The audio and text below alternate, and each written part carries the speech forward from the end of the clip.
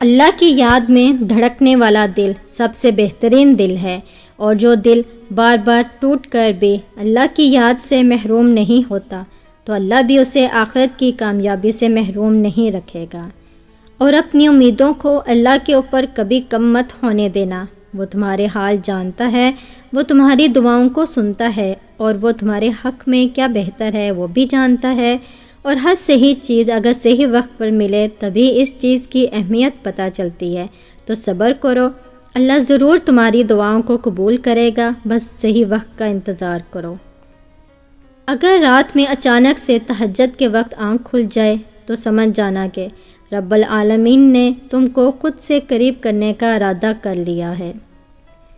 جب انسان اپنے آنسوؤں کو اللہ کی یاد میں بہاتا ہے تو ان آنسوؤں کی اہمیت دنیاوی چیزوں سے افضل ہو جاتی ہے۔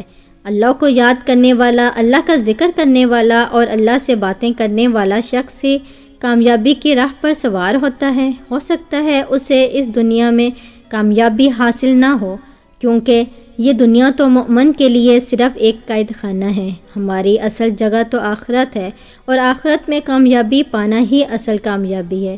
تو اگر ہم اس دنیا میں کسی تکلیف سے گزر رہے ہیں تو اسے اللہ کی آزمائش سمجھ کر صبر کریں، اور اللہ کے اوپر اپنے بھروسے کو کبھی کم نہ ہونے دیں۔ انشاءاللہ سب کچھ اللہ کی مرضی سے اور بہترین ہوگا۔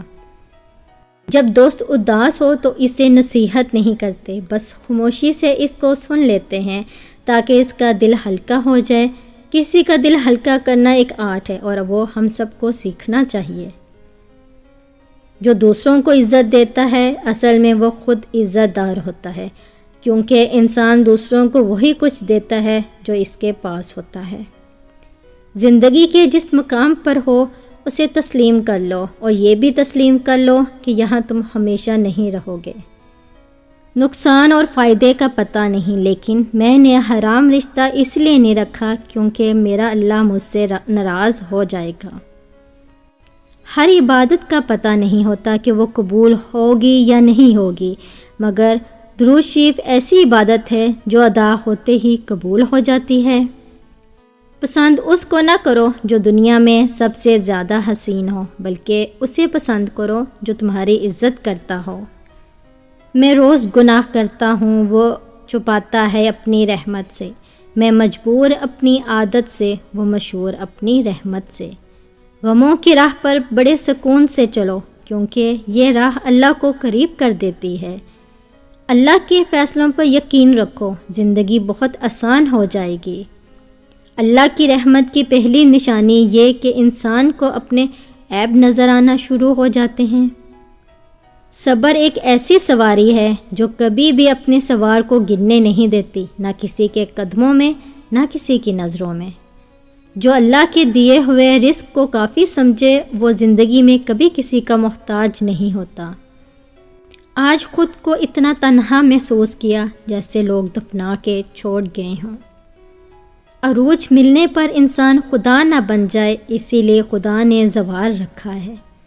100 سال بعد انسان بن جاتا ہے، اور انسان کو جب موقع ملتا ہے سانپ بن جاتا ہے۔ پوری دنیا میں صرف ایک ہی شخص ہے جو آپ کی زندگی کو بدل سکتا ہے، اور وہ آپ خود ہیں۔ زندگی ہر جینے والے کے پاس نہیں ہوتی۔ آستینوں کو جھاڑ کر دیکھو، آدھا زہر تو اپنوں کا نکلے گا۔